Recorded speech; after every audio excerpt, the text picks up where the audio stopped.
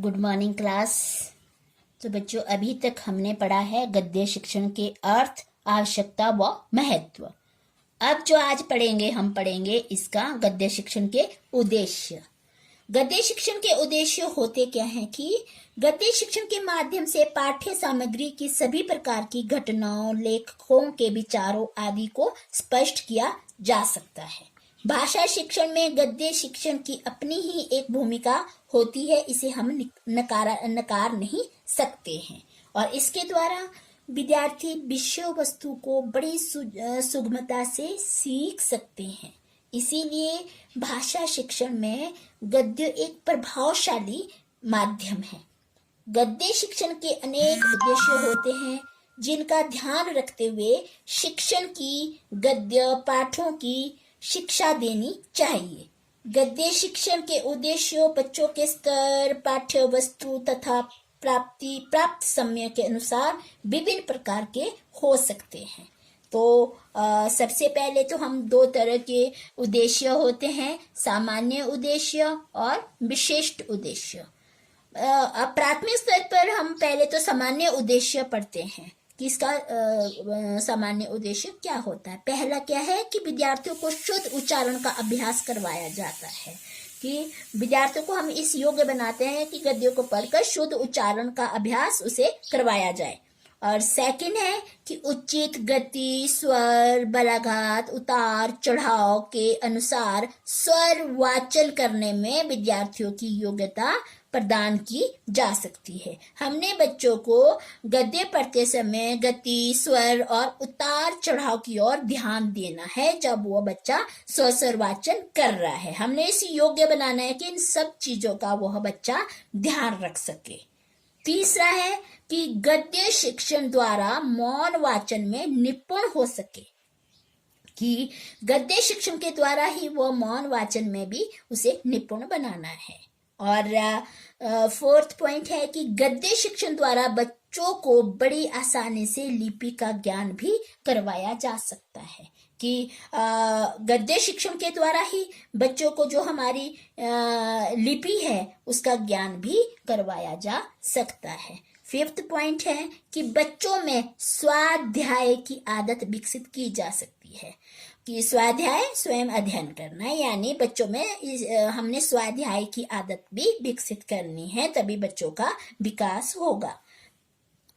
6 point है कि गद्य शिक्षण बच्चों के शब्द भंडार में भी वृद्धि की जा सकती है, कि गद्य शिक्षण के द्वारा बच्चों के शब्द भंडार में भी वृद्धि की जा सकती है। और उसका नेक्स्ट पॉइंट है कि विद्यार्थियों में सूक्ति भंडार, शब्द भंडार को विकसित करना। उसका नेक्स्ट पॉइंट है कि विद्यार्थियों के शब्द उच्चारण को शुद्ध करना, क्योंकि विद्यार्थियों का शब्द उच्चारण को भी शुद्ध किया जा सकता है। हमने बच्चे इस योग्य बनाने हैं। नेक्स्ट पॉइंट है कि विद्यार्थियों में प्राप्त ज्ञान को प्रकाशित करने की भी योग्यता हमने उनमें विकसित करनी है।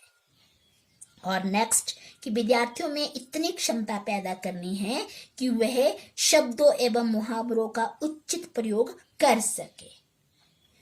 और नेक्स्ट पॉइंट है कि विद्यार्थी स्वयं पाठ को ठीक तरह से समझ सके, कि जब पढ़ाया जा रहा है तो विद्यार्थी स्वयं भी ये पाठ को ठीक तरह से समझ सके। इस योग्य बच्चे को बनाना है।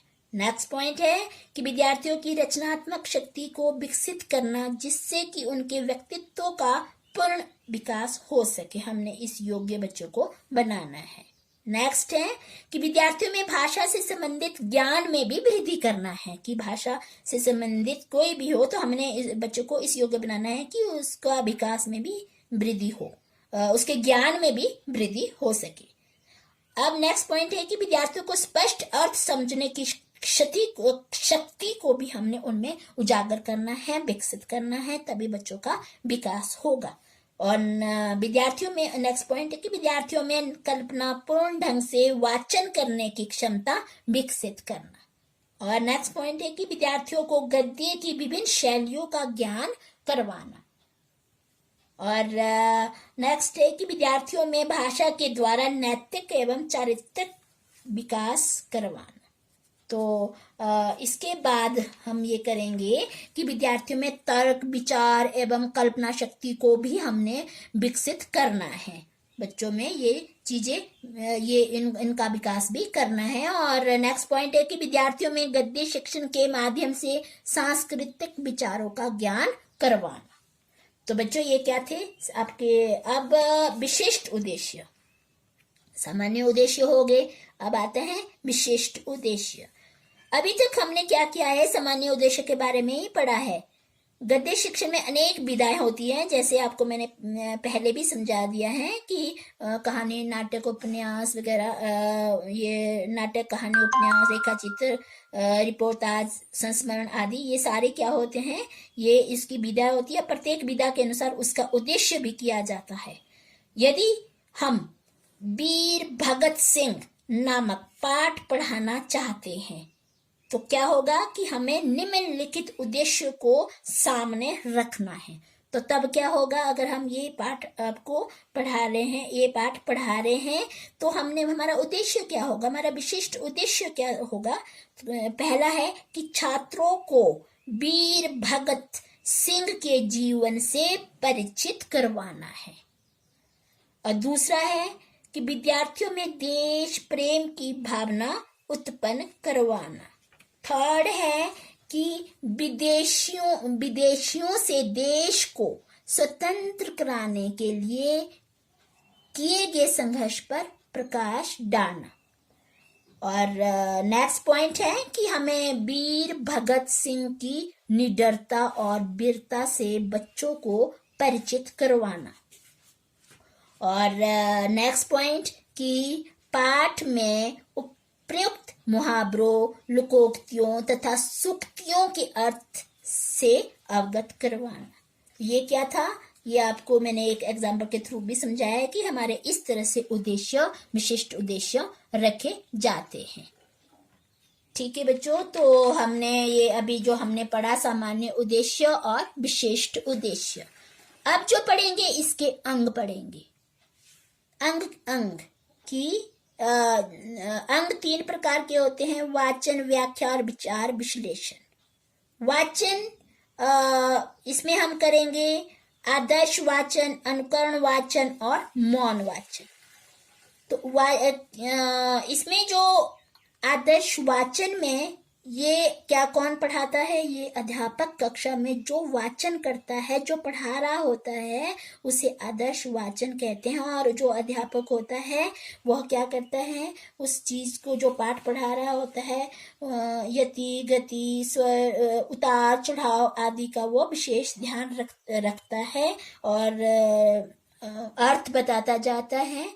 तो दूसरा आता है अनुकरण वाचन। तो जो भी आदर्श वाचन अध्यापक ने किया है उसका जो नकल है, अनुकरण वाचन है, वह विद्यार्थी शिक्षक द्वारा किए गए आदर्श वाचन को सुनकर स्वयं स्वस्वर वाचन करते हैं, उसे अनुकरण वाचन कहते हैं। इसीलिए आदर्श वाचन जब अध्यापक करवाता है तो उसे हर चीज का ध्यान रखना चाहिए, शुद्ध उच्चारण और शुद्ध उच्चारण बोलना, शुद्ध उच्चारण का प्रयोग किया जाना चाहिए, उतार चढ़ाव आदि का विशेष ध्यान रखा जाना चाहिए। क्योंकि यहाँ पे जो बच्चा है अनुकरण वाचन कर रहा है, वह नकल कर रहा है, जैसे जैसे अध्यापक ने बोला वैसे वैसे अनुकरण वह करता गया।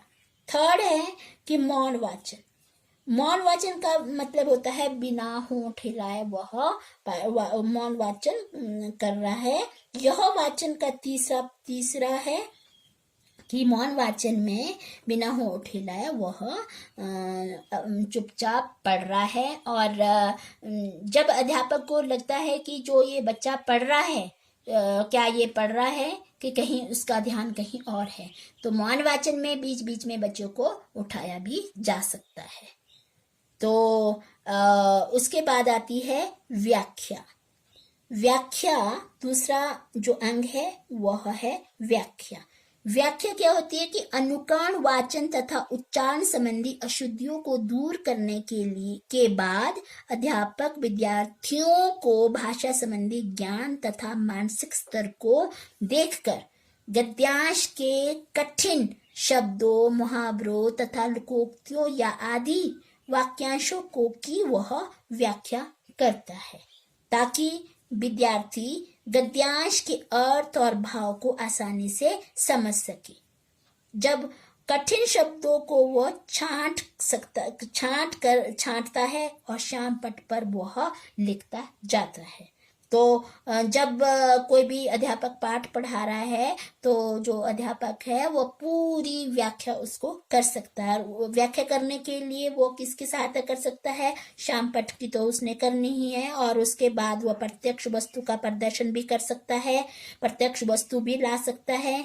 और सेकंड है कि चित्र, रेखा चित्र तथा मानचित्र की सहायता से भी वह बता सकता है। तीसरा है प्रतिमूर्ति का प्रदर्शन, की व्याख्या करने के लिए प्रतिमूर्ति होता है, मॉडल का प्रदर्शन भी वह क्लास में कर सकता है। और नेक्स्ट पॉइंट है कि अभिनय अंग संचालन का प्रयोग, वाक्य प्रयोग, ये भी बॉडी जेस्चर्स के साथ, यानी कुछ भी वो पाठ पढ़ा रहा है अध्यापक तो वह अभिनय अंग संचालन का भी वह प्रयोग कर सकता है।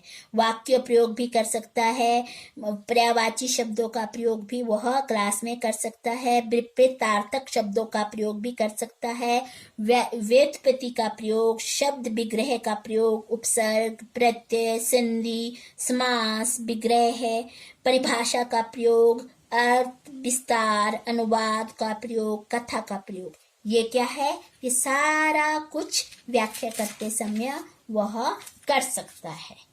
तो हमारा तीसरा जो आता है विचार विश्लेषण, विचार विश्लेषण और बुद्धि परीक्षण, यानी विचार विश्लेषण। विद्यार्थियों में वाचन योग्यता तथा शब्द भंडार वृद्धि के साथ साथ उनके अर्थ ग्रहण करने की योग्यता तथा विचार शक्ति को भी विकसित करना ही गद्य शिक्षण का उद्देश्य है। इसीलिए अध्यापक को चाहिए कि वह विद्यार्थियों का सहयोग लेकर पाठ्य वस्तु के विचारों का समुचित विश्लेषण करे और इसके बाद प्रश्नोत्तर विधि, कहानी विधि, व्याख्या विधि का प्रयोग भी किया जा सकता है। इससे विद्यार्थी को अधिक से अधिक विचार करने का भी अवसर मिलेगा अगर हम इन विधियों का प्रयोग करेंगे। यहाँ पे शिक्षक अध्यापक को चाहिए कि वह उदाहरण, दृष्टांत, तुलना, पाठ के विचारों तथा तथ्यों को स्पष्ट करे। जब भी कोई पाठ पढ़ा रहे हैं तो उसे उदाहरण के द्वारा, दृष्टांत के द्वारा, तुलना के द्वारा पाठ को, विचारों तथा तथ्यों को स्पष्ट किया जाना चाहिए। इस प्रकार के जो प्रश्न पूछे जाने चाहिए जो विद्यार्थियों की बौद्धिक क्षमता, विचार शक्ति, कल्पना शक्ति, सृजनात्मक क्षमता को अच्छी तरह से विकसित करे। तो बच्चों आज ये जो चैप्टर था ये खत्म हो गया है। तो हमने अभी तक पढ़ा गद्य शिक्षण का अर्थ, आवश्यकता व महत्व, उद्देश्य व अंक। Thank you.